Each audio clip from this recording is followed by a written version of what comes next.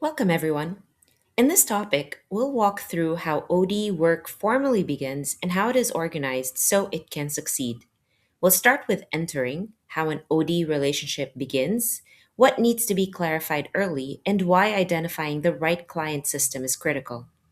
Then we'll focus on contracting, as in what contracting is, what it sets up, and how a good contract protects both the organization and the OD practitioner by creating clear expectations, resources, and ground rules. After that, we'll move through the broader consulting flow from startup to assessment and feedback, action planning, intervention, and then the later steps that make change sustainable. Evaluation, adoption, and a clear separation where the organization owns the change moving forward. OD work often begins when someone inside the organization reaches out for help.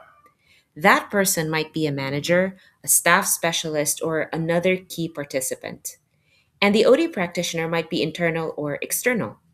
Regardless, this first stage is not about doing interventions yet.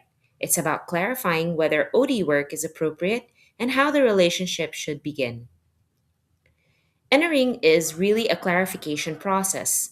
We clarify how the organization is functioning right now and what issue or opportunity is being addressed.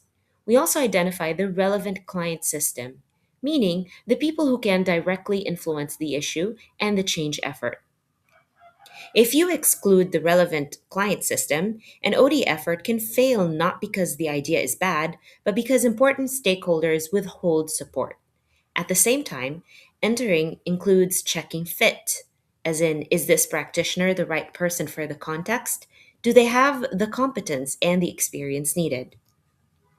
During entering, the practitioner may gather preliminary data, not a full diagnosis yet, but enough to understand the issue and avoid assumptions. At the same time, the organization may gather information about the practitioner's competence and experience. This is normal and healthy.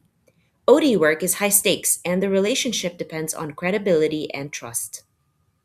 In a broader OD intervention flow, entry includes the initial dialogue where the organization and practitioner begin aligning on what work is needed.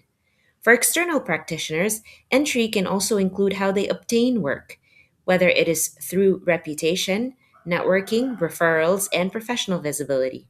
But once an organization and practitioner agree to move forward, the next major step is contracting. Contracting is a natural extension of entering. It clarifies how the OD process will proceed. At minimum, contracting sets expectations, such as what we are trying to do, how we will work, what time and resources will be used, and what ground rules will guide behavior and decision making. Contracting can be informal or formal. In some settings, especially when a leader has OD capability and is working internally, contracting might be a clear verbal agreement. This is what we're going to do, this is when we'll do it, and how we're going to handle it. In other settings, especially with external practitioners, contracting often becomes formal and documented because it must protect both sides and clarify accountability. In some cases, contracting also includes a non disclosure agreement to protect confidentiality. In many OD projects, the agreement may be a contract, or a letter of agreement, or even a memorandum of understanding, an MOU. A contract or letter of agreement is typically legally binding and specifies terms. An MOU may outline responsibilities and shared intent. It can be used as a foundation before moving into more formal agreements.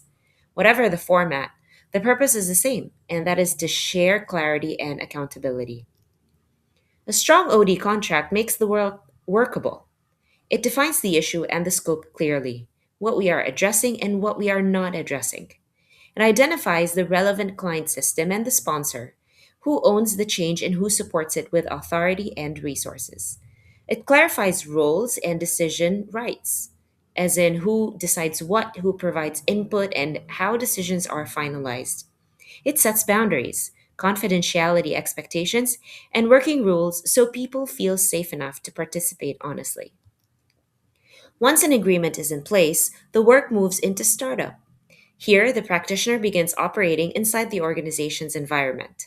Startup is important because this is where commitment is secured and the basic foundation is built. That includes establishing infrastructure, workspace, access to systems, technology, shared drives, and so on, and formalizing project management practices so the work stays coordinated. It also includes forming the working team, which is the group that will coordinate and carry out the OD effort with the practitioner. If startup is weak, OD projects become messy quickly. People become unclear about roles, tasks are duplicated or forgotten, and stakeholders may lose confidence early. A strong startup gives the work legitimacy, visibility, and coordination, so the assessment phase can be conducted with focus and trust. Assessment and feedback is the diagnostic heart of the consulting process. This step identifies challenges, prioritizes what matters most, and determines which solution approaches are most appropriate. Assessment also looks at how people actually work together, because many organizational problems are not only technical, they are relational and process based. Common assessment approaches include observation, using existing or secondary data, one on one interviews, group interviews, and surveys. The purpose is not to collect data for its own sake, but to create a clear basis for decisions about what interventions make sense. After assessment comes feedback, sharing what the data means with stakeholders. This is where OD becomes collaborative. Feedback is not a private report, it's a conversation that builds shared understanding. A major goal is to move beyond symptoms and align on root causes. When stakeholders can agree on what's really driving the issue, action planning becomes much more focused and realistic. In action planning, the practitioner and participants work together to design the plan for implementation. Action planning matters because good intentions are not enough without a plan. Important tasks get missed and people lose momentum. A strong action plan specifies what tasks will be done, who will do each task, by when, and what resources are needed, and who needs what communication.